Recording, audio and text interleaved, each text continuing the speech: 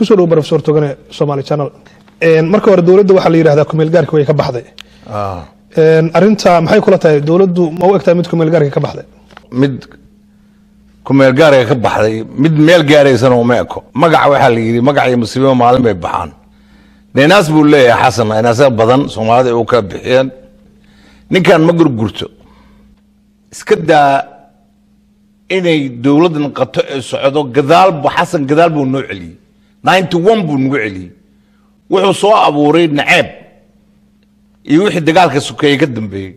wuxuu noo kala qaybiyay daarood iyo hawiye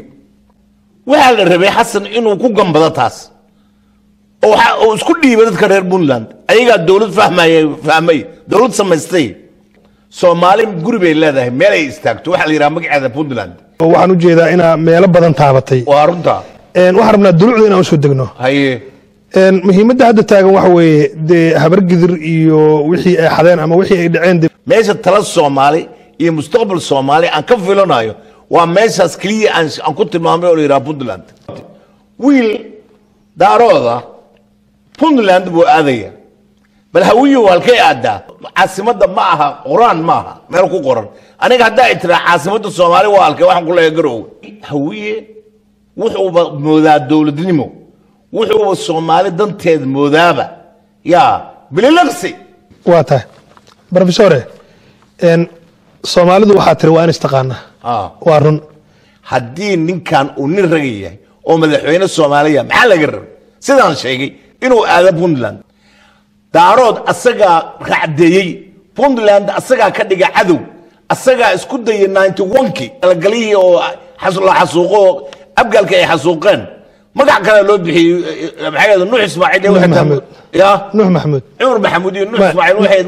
nuux Maxamuud baa loo bixiyay porfiri wali waxa ku guda jirnaa barnaamijkeennii taageerada ahaa madaxweynaha Puntland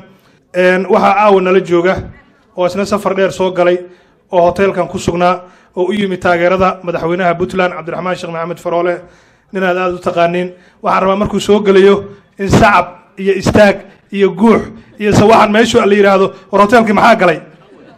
waa Professor Maxamuud Siyaad Togane fadlan ila soo dhaweeya Professorka Maxamuud Siyaad Togane oo isna aan rabo bal caawa inuu idin la wadaago sheekada halkan ka dhacaysa fadlan Togane si fiican soo dhaweeya Professor Togane soo dhawow ilaahay bini aadam wuxuu daan bini aadamna laba furbuun si laba bushimo maxay ay dadka lagu caayay mid dadka lagu faaniyo maanta Soomaaliya ninka ay u baahan tahay the man ninka ay u baahan tahay waa Dr. Faroole Soomaaliya hal tir baa u taagan tirka Soomaalida ugu xog badan oo u taagan waa tirka la yiraahdo Puntland aniga intaan ni imaanin waa fakaray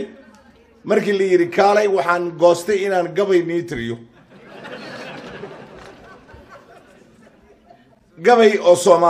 Soomaali ah laakiin aniga waa iska ogtiin saan sheegay 65kii baan imid haddaan wadankayga ku noolaa lahaa 65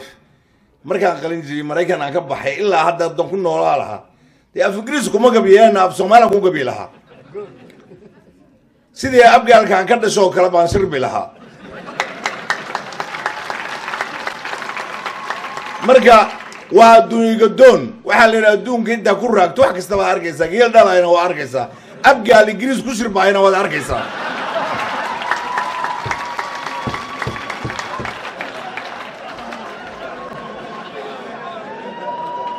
marka walaalayaal gabaygu wuxuu leeyahay anoo wiil yara aniga waxa la yiqiinay shibane waana aamusnaa hadda laakiin waxa ku dhacay garan maayo markaan alleela mar afka aan kala qaaday baa aabahay wuu yaabay Siyaad Togane cawada jawaab gaal wuu yaabay wuxuu yiri bal wiilkan dhageysta aabahay hal su'aal baan weydiiyay ilmaha waa yaab ma ogtahay ilmaha wax kastaba intaana maartay ilmaha eenan maartay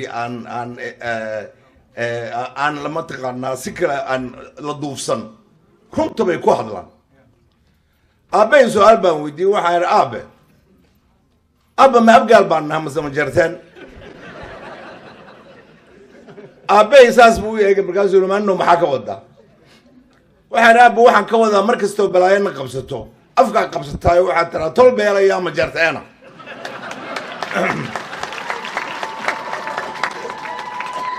marka aaba maxaa u dhihi weysa tol beela yaa abgaala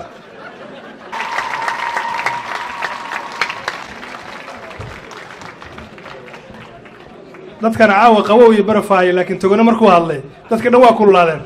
bal dhinaca fiiriya caawa dhan lagama sacabtumayn hadda waa taagan yihiin sacabkii masxaraddu xagga u badan tahay brofesor togona aad iyo aad baad u mahadsan tahay barnaamijkeenna baan weli ku guda jirnaa waxaan sugaynaa daqiiqadaha soo socda haddii aan laydmo madaxweynihii puntland cabdiraxmaan maxamed maxamuud oo soo hadli doona walaalayaal waxay nii sheegayaa qabiil aniga qabiil baa wada sheekaysanay dhagihiinna fura qabiil khayr ma leedahay qanaacaad ma leedahay haddii aan ku qaadnana qabriga iyo qiyaamaha qiil ma noo helaysaa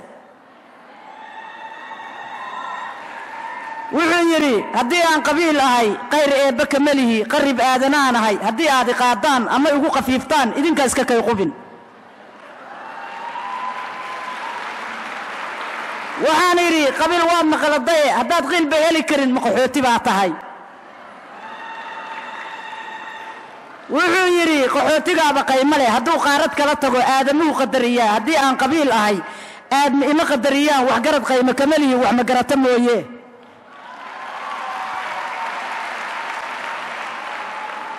waxaa idhi qabiil waa maqaladee qodobkee adduunyada aa qayb ku leedahay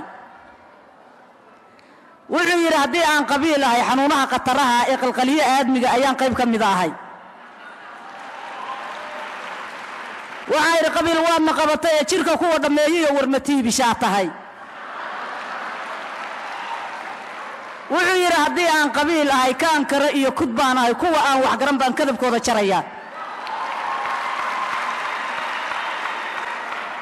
kaan kare iyo kud waa cudur la kalaami maynee kariimow inaga reeb